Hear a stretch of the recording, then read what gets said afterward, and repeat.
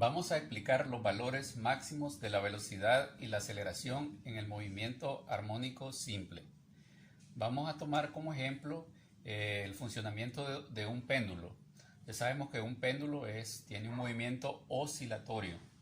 Entonces, sabemos que el péndulo consta de un hilo con una masa que está atada al hilo. En este punto, el péndulo se encuentra en una posición de equilibrio. ¿Qué sucede si sacamos el péndulo de una posición de equilibrio? Entonces, si sacamos el péndulo de la posición de equilibrio, inmediatamente comienza a oscilar, es decir, a hacer un movimiento de vaivén que corresponde a un movimiento armónico simple. Entonces, cuando la partícula esté en el extremo, la velocidad va a ser cero, pero la aceleración va a ser máxima. Luego pasa nuevamente por la posición de equilibrio, la velocidad va a ser máxima, la aceleración va a ser cero. Entonces retorna al otro extremo y vemos que la velocidad también aquí va a ser cero y la aceleración va a ser máxima.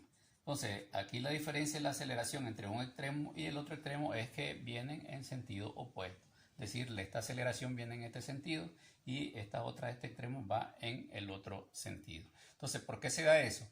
Cuando se está dando el movimiento oscilante, entonces la partícula aquí adquiere una energía potencial y esa energía potencial, al ser liberada, pues es lo que da origen a una aceleración máxima. Entonces, en este punto la velocidad es máxima, pero la aceleración va a ser cero porque aquí pues no hay cambio de velocidad, sino que la velocidad en este punto es constante. Luego comienza un proceso, un descenso de la velocidad porque disminuye la energía cinética hasta alcanzar una máxima energía potencial para que la aceleración pues sea máxima nuevamente. ¿Cómo calculamos la velocidad máxima en una partícula que se mueve con movimiento armónico simple? Partimos de la ecuación de posición, el cual dice que x es igual a la amplitud por el coseno de la frecuencia angular más el ángulo de fase o bien la posición angular. Entonces, primero derivamos esta función, a partir de la cual vamos a obtener la velocidad. Entonces, la velocidad va a ser igual, en este caso, a la derivada de la posición con respecto al tiempo. Entonces, en este caso, la amplitud permanece igual porque funciona como una constante y la derivada del coseno es menos seno. Menos seno y ponemos todo lo que está en el paréntesis. Y de acuerdo a la regla de la cadena, derivamos lo que está dentro del paréntesis. En este caso, la derivada va a ser la frecuencia angular únicamente, ya que el tiempo funciona como una variable y phi, que es la constante de fase, pues su derivada es cero.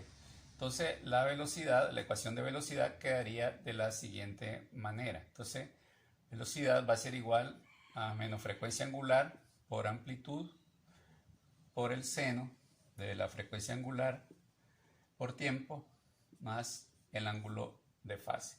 Esta sería la ecuación de la velocidad, pero yo quiero la velocidad máxima. Entonces vamos a tomar el tiempo como t en el instante t igual a 0. Entonces en el instante t y en el instante tiempo igual a 0, entonces decimos que la velocidad va a ser máxima cuando la posición es 0.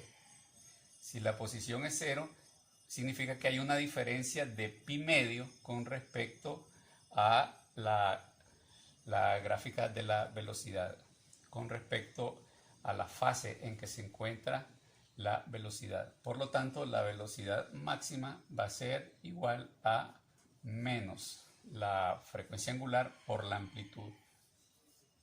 Porque aquí el ángulo de fase sería pi medio, que es en el punto donde la velocidad va a ser máxima, que corresponde cuando la posición es igual a 0.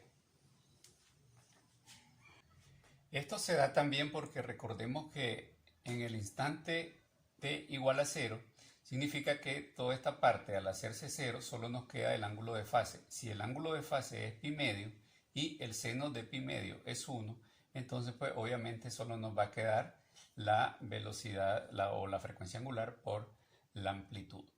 Pero ¿cómo obtenemos ahora la ecuación para la aceleración máxima? Primeramente vamos a obtener la ecuación de la aceleración. Entonces se obtiene derivando la ecuación de velocidad con respecto al tiempo. Entonces aquí pues igual ponemos el signo menos y la frecuencia angular con la amplitud se conserva, son constantes de movimiento, y derivamos la función seno, que sería coseno.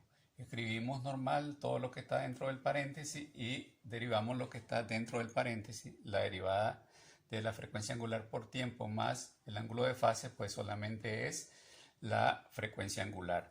De manera que la fórmula de la aceleración nos quedaría menos frecuencia angular por amplitud, frecuencia angular al cuadrado, ¿verdad? Porque frecuencia angular por el coseno de la frecuencia angular por tiempo más el ángulo de fase.